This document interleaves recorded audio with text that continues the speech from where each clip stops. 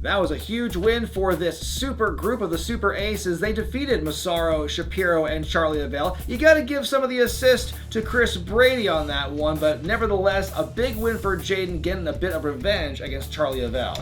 He damaged Charlie Avell's face. Charlie Avell now must go to my plastic surgeon over there in France and have his visage reconstructed before he can show his face at POW again. And what was this challenge that everybody's favorite neighborhood homeboy Chris Brady laid down? You heard the comments after the match. Chris Brady's had enough of Brother Levi's presence in POW Pro Wrestling. He wants to get rid of him. He wants to challenge him to what he said, some kind of a hood fight or some kind of Compton street fight. I asked him after we went off the air there to ask him to clarify what he meant, and the details he gave me about this hood fight. I don't think POW Pro Wrestling can really officially sanction a match such as this. It's not going to be a match. It's going to be a fight. If this goes through, we're going to have to communicate with POW's legal department, with the overlord Jonas Albert Robinson, and I believe we can get something put together. We don't know what the hood fight's going to look like, but when we find out and have a date secured, Powder Keg, you're going to be the first to hear about it. Well, folks, that's one story for later, but we got to talk about this week's championship main event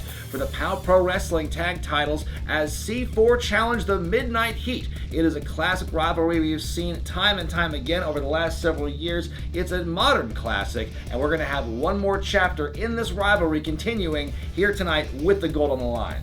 It's like the Northwest version of Midnight Express, Rock and Roll Express, British Bulldogs, Hot Foundation, and tonight it reaches the pinnacle for the first time with POW, gold or silver as it were, on the line. It's going to be a battle that we will remember for eons, for eras here at POW Pro Wrestling. Let's hear from those teams before this big, explosive main event. If you don't know, you should, and if you do, you know that's Rockin' Ricky Gibson. I'm Eddie Pearl, but you can call me Precious, and we are not only the POW Tag Team Champions, but we are the hottest thing going today, the Midnight Heat. Everybody wants to be a champion. Everybody wants to be a tag team champion, and everybody wants to be a tag team champion for POW. And C4 wishes they were the tag team champions. But we don't deal with things the way we wish they were. We deal with things the way they are in the real world. And the fact is, the Midnight Heat are the POW Tag Team Champions. Now, we've said this many times before, and we mean it once again. Beat the Heat. If you can! For years and years and years, there's been two teams, Midnight Heat and C4. We've clashed many places, we've lost, we've won. Tonight, we're winning again. And I might have heard a little bit of rambling earlier on, talking about we wish we were them, or we wish we were at the top. I'll tell you what, Midnight Heat, we've been at the top against you. Now it's our turn to watch y'all fall again. Now it's our turn for us to claim our shot, our moment, our opportunity at the POW Pro Wrestling Tag Team Champions. Thank you for putting it so nicely, but Ricky, Eddie, let me tell you something. I personally don't like you two. Every time I see you two, I get disgusted. I hate showing up and seeing that I have to wrestle you. So tonight, here at POW Pro Wrestling in Eugene, Oregon, C4 Midnight Heat, we're gonna show you who the better tag team, and we're gonna show you who the real POW Tag Team Champions are.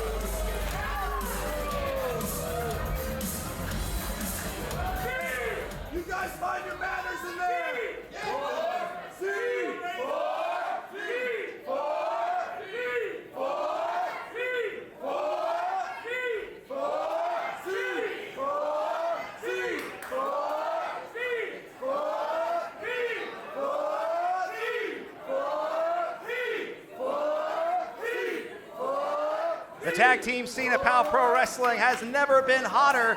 The Midnight Heat are your tag team champions, and in this week's main event, they are going to rekindle an old rivalry, an old flame, if you will, as they battle Rosas and Chun, C4, in the defense of those titles. Talk about hot. I mean, C4, that's an explosive tag team as it is, and against the Midnight Heat, even more explosive. Can we contain all that in this building? Because I'm thinking that this is going to blow the roof off of here. Well, combustible is a word I would also use. I would agree. Talk about the history these two teams have had. I mean, not just including the matches they've had at POW, of which there have been many, but these two teams have gone up and down the West Coast. They've spilt blood, they've broken bones, they have shed tears. And you know, it's been a dead heat, let's put it that way. No pun intended, no. But truly, it's been really hard to tell conclusively who the better team is, but they are both amazing at what they do. Which it makes it even more troublesome trying to figure out who could possibly be the winner in this match. I mean, you take a look at them, they're evenly matched in weight, they're evenly matched in size, they're evenly matched. Well, the only thing is that the Midnight, I think, has been teaming a little bit longer, just a little bit, not much, but a little bit longer, Absolutely. And as a result, I think they give them the advantage here. I remember back when the Midnight Heat were called 4 minutes of heat. Yes. That's how far back these guys have been teaming. Of course, Chun and Rosas, not the original iteration of C4. It was Cody Chun and Clark Connors, who now, of course, is doing excellent for himself in New Japan Pro Wrestling. And right now, you see classic Cody Chun working that nice snug headlock. Ricky Gibson fights out of it. Oh, takes him down. These two teams, they know each other like the backs of each other's hands. Nice sunset flip. It's gonna take a lot. Oh! It's gonna take a lot for either team to really get an advantage and have a winnable shot. Absolutely, and I think that right now the fans are in for a treat. You know, sit down, get your bucket of popcorn, because this is going to be a wild affair. Absolutely. You don't want to miss a moment of this. The powder keg is alive with anticipation. I mean, all these fire and explosion puns we're making, I mean, they kind of write themselves. Another great headlock takeover by Cody Chun. Roll up, 1, 2, kicks out. Pearl tried to make a push there on Gibson to try and get him the pin, but no avail. Makes the tag, though. Here we go. Nice tag into Eddie Pearl. Who's Nice rocking go it. behind. See, look at that. That's technical wrestling at its best. These guys, of course, they're no schlubs in the ring. They have that amateur background along with their pro stylings. One of the most, technically fluid tag team combinations you're going to see anywhere right now. I think you're going to see that both with C4 and with the Midnight Heat. I mean, you're going to see technical wrestling at its finest. The question is, it's sort of like a game of chess. Who's going to be the one that's going to be able to finally, checkmate? Who's going to do that? It's a mental game. I'd say it's more mental than it is physical sometimes. And yes. in an environment such as this, when these two teams know each other so well, it could come down to just a mental error, a slight mistake. To cost either team the matchup. These two men trying to fight for supremacy here. That suplex not enough to break the headlock. Chun still holds on. As I said, we've discussed this before about these two teams just being so, equal in terms of everything you do. They seem to. Wait a second. That's a very innovative rope break if I've ever seen one. This may be. And it is. It was bad for Pearl. Well, I'm not sure why he had to get so high up. I mean, the bottom rope's there too. Tag made. In comes Guillermo Rosas, the pistol. Double team effort. Here we go. Nice. Shoulder tack. That hit him like a Mack truck. 1, 2. Almost had new tag team champions right off the bat. Would have been the easiest night for Rosas to date. Yeah, for sure. And you were talking about mental mistakes. That one right there. Nice roll through to evade that trip up by Rosas. Now he's got Eddie on the ropes. Once too often there, and now Pearl's going to town on him. Nice necklace there on Eddie Pearl here as he applies the fists to the face of Guillermo Rosas. I'm not sure he's allowed to wear that in here. The referee's, obviously got latitude in this match. That theoretically could be used as a weapon if he wishes to. Wait and see. Those fists are weapons enough in their own right as he now goes to work on Rosas in the corner.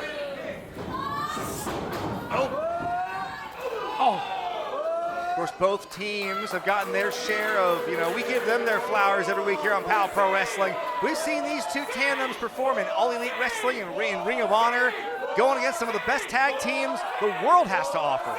Absolutely, and take a look right now. His big chop coming up. if that rope hadn't been holding up Rosas, I'm sure he'd been about 3 or 4 rows deep right there. Go now. Oh, Rosas, don't get caught slipping. We're going against Rosas here. Out of the corner after a couple of chops. Nice misdirection here, a redirection by Guillermo. Off the ropes, and like a freight train, plowing on through Eddie Pearl. He's in another street right now. Oh! Up and so.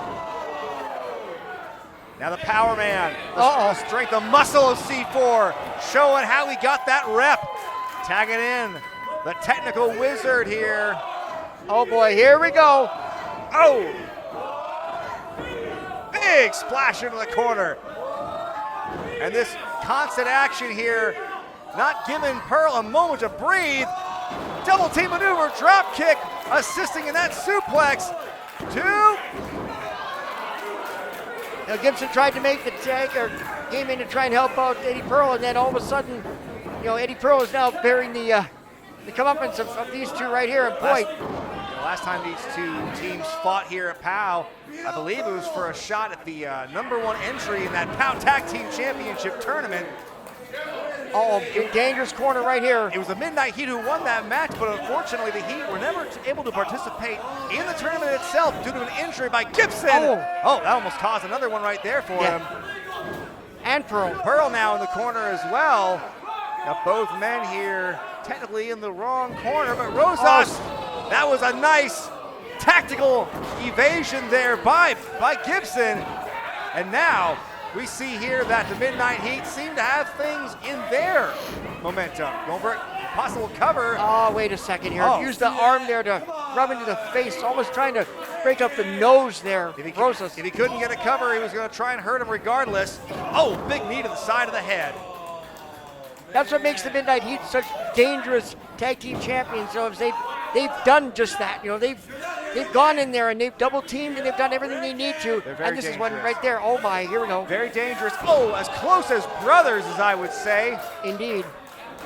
They know each other fairly well. They know exactly when to help each other out. And look at this rope-assisted choke. Well, it does have a count of 5. I don't necessarily agree with that, but it's a count of 5, and Pearl used it to his full advantage there. Absolutely.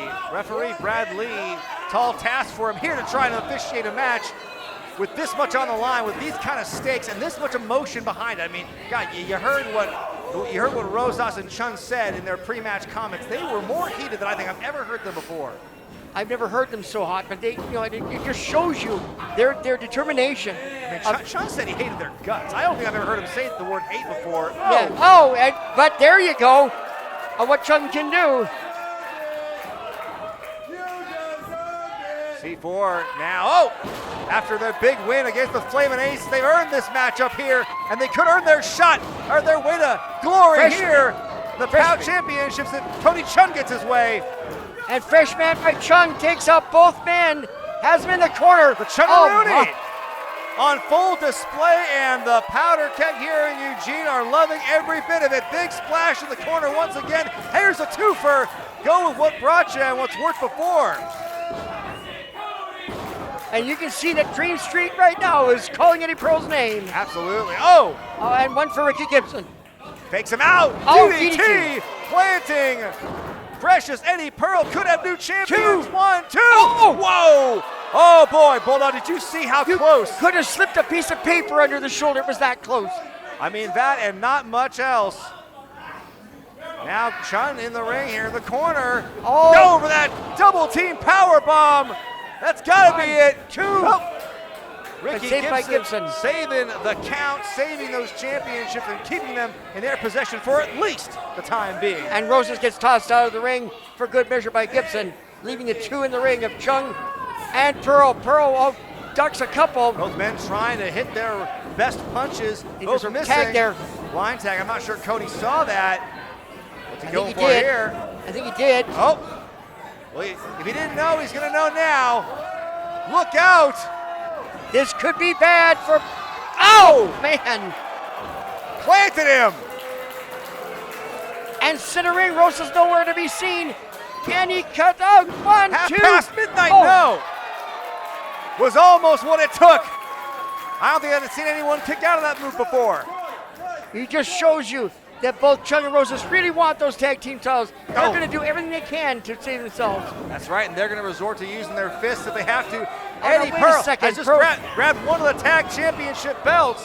I don't think he's going to use it as a clothing accessory if you catch my drift.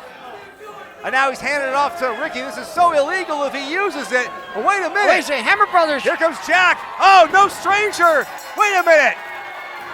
Jack Hammer just completely flying in the face of the rules, attacking Gibson in the ring. And that is automatic disqualification. The referee's thrown this match out, and Chun looks livid. Your winners of this match by disqualification, and still your POW Pro Wrestling Tag Team Champions of the world, Wow, I gotta tell you, Bulldog, I think that Jack and Sledge really stepped in it. They've made some possible enemies here in C4. They were well on their way to winning. I don't know, that tag team belt right there was going to be used as a weapon by the Midnight Heat one way or the other. I mean, perhaps it was one to maybe try and save their friends who got a little overzealous. The match was still going on. That spear by Jack to Ricky causing the match to be thrown out. And C4, for all the work they did to get back into the title hunt, they're going to have to climb up again after that result. Well, now they're having a discussion between both C4 and the Hammer Brothers. Something's got to be done.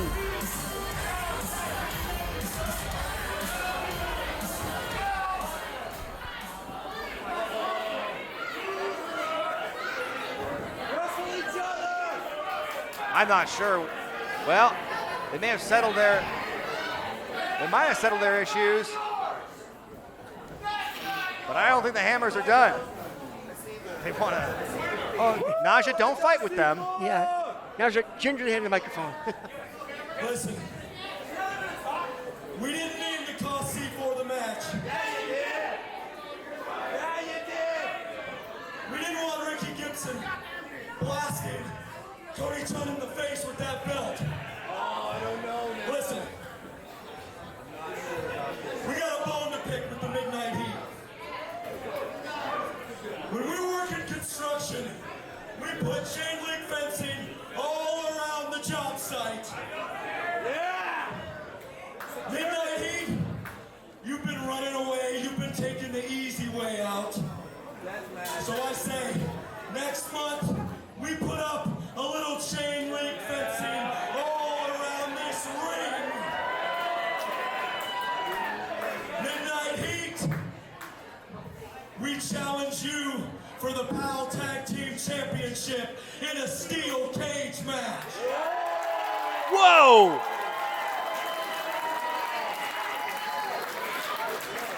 And we will reclaim our belts that were wrongfully taken from us, and we will pound those chicken shit cowards from pillar to post, because when you're a hammer, everybody looks like a man. I'll tell you what, that tag team championship match ended in controversy, but the Hammer Brothers throwing down the challenge for a steel cage match. I heard rumors that we were getting one built here at POW, but I had no idea we'd be seeing it so soon. We'll have to hear what the Heat have to say about that challenge. Mister, I tell you, the Midnight Heat, they got lucky in this one. They escaped by the skin of their teeth after the Hammer Brothers got involved and clubbered them with those tag team championships. If it were not for that, I think C4 would be the new champions today. How convenient that Jerk and Sludge managed to get involved, and Midnight Heat, the team they want to regain those belts from, held onto the titles. Poor C4 shunted back to the bottom of the ladder to climb again to get another shot, and now the Hammer Brothers have challenged Midnight Heat to a steel cage match. It will be the first steel cage match in POW Pro Wrestling history, and there is no greater feud here at POW that I think would be more appropriate than it being trapped in the confines of a steel cage. We're going to lock down that cage being built. I know it's being constructed as we speak, and once it is completed and battle tested, they're going to have to reinforce it once Jack and Sledge and the Midnight Heat are all in there for the POW Pro Wrestling Tag Team Championships. That championship advantage that you spoke of is out the window, or out the cage if you want to use it that way. No count out, no DQ, locked in, one fall to a finish. We will have definitive POW Tag Team Champions after that. We talked to you earlier in this show about the controversial nature of the ending of last week's POW Pro Wrestling Championship match. Regardless of that, Caden Cassidy is still the new champion, but he will need to defend the belt in 2 weeks in a rematch against Funny Bone. I'll tell you what, next week's main event is going to play a huge role in how that match could go down. Amira is going to be taking on the Overlord, Jonas Albert Robinson, to see who will be the guest referee in that championship matchup. Plus, it's going to be Drexel versus Eriks, and I tell you what, mister, Marcus is going to have to be ready, because you don't want to get in the ring with Drexel when he's in a good mood, much less when he's mad at you. Not at all. Drexel has a fair point here, and Marcus has very many points sticking out of his head. So point on point on point.